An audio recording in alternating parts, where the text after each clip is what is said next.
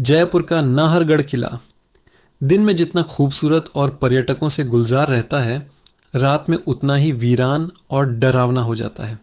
सूरज ढलते ही यहाँ परिंदा भी पर नहीं मारता। क्यों? क्योंकि इस किले की दीवारों में कई राज दफन हैं। पुरानी कहानियाँ बताती हैं कि 18वीं सदी में राजा सवाई जय सिंह ने यहाँ नाहर सिंह नाम के एक योद्धा को मरवा दिया था। उसका गुनाह सिर्फ इतना था कि वो राजा की पत्नी रानी पद्मिनी से प्यार करता था। कहते हैं नाहर सिंह की आत्मा आज भी किले में भटकती है, अपने अधूरे प्यार का बदला लेने के लिए। लेकिन असली खौफ नाहर सिंह का नहीं, बल्कि एक चुड़ैल का है। एक ऐसी रानी जिसे श्राप मिला और वो हमेशा के लिए इस किले में कैद हो गई। ये कहानी है जनवरी 2026 की एक सर्द रात की। जयपुर के दो लोकल लड़के रोहन और अंकित यूट्यूब पर एक ट्रेंडिंग वीडियो बनाने के जुनून में नाहरगढ़ किले पहुंच गए।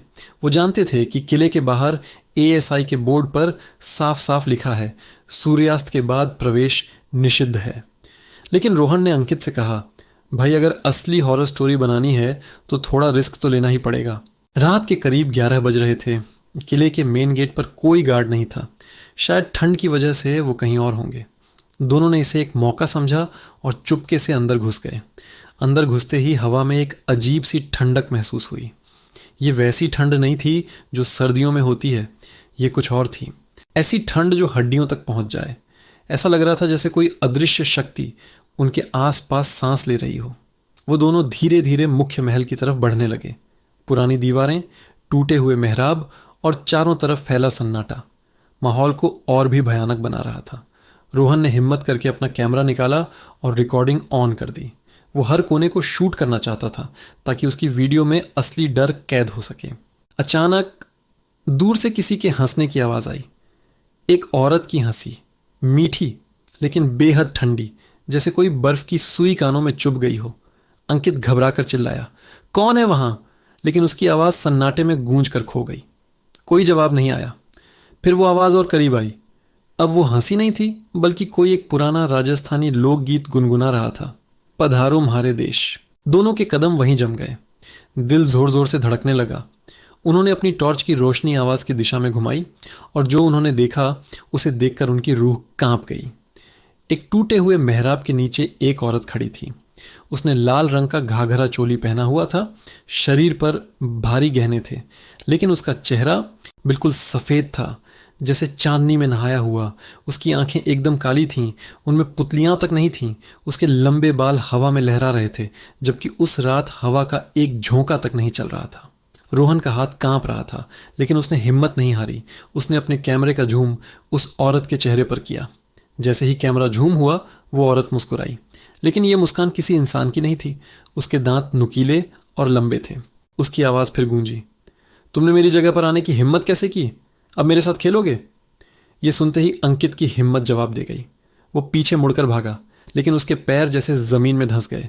वो हिल भी नहीं पा रहा था। रोहन ने कांपती हुई आवाज़ में पूछा, तुम कौन हो? वो औरत धीरे धीरे उनकी तरफ बढ़ने लगी।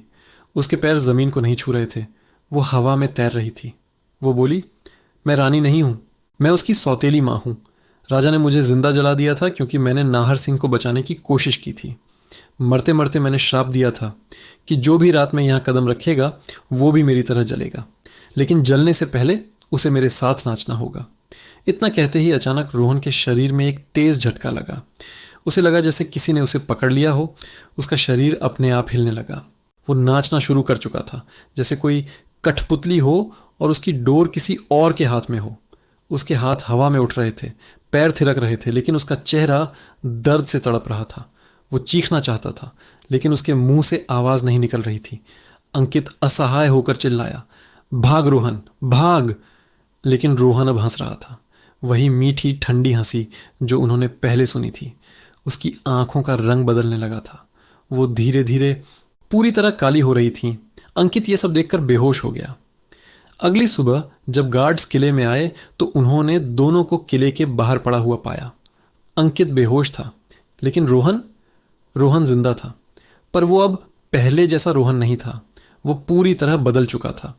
वो चुपचाप उठा और अपने घर चला गया। उस रात के बाद रोहन की जिंदगी हमेशा के लिए बदल गई। वो अब हर रात किले के पास जाता है और घंटों वहीं बैठकर वो पुराना गीत गुनगुनाता रहता है। लोग कहते हैं कि उसकी आंखें अब पूरी तरह काली हो चुकी हैं और वो किसी से बात नहीं करता।